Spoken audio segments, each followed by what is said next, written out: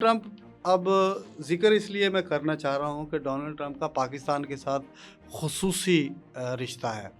वो इमरान ख़ान साहब के करीबी दोस्त हैं।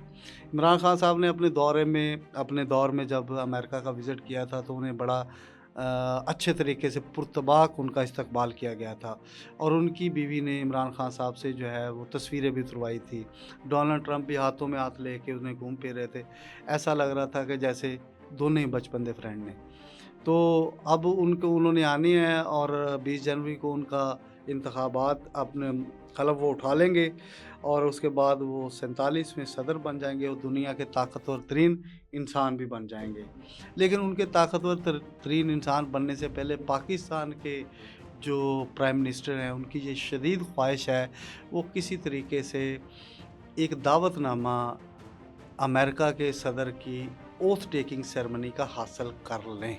लेकिन अभी तक बाज़ाब्ता तौर पर वो उसमें कामयाब नहीं हो सके। उसके लिए उन्होंने मुख्तलिफ़ लॉबिंग भी शुरू कर दी है, लेकिन आखिरी इत्तलात तक पाकिस्तान के वज़ीर-ए-आज़म शहबाज शरीफ साहब को डोनाल्ड ट्रंप के हलफ़नामा जो सदारत है, उसके अंदर उन्हें मदऊ नहीं किया गया।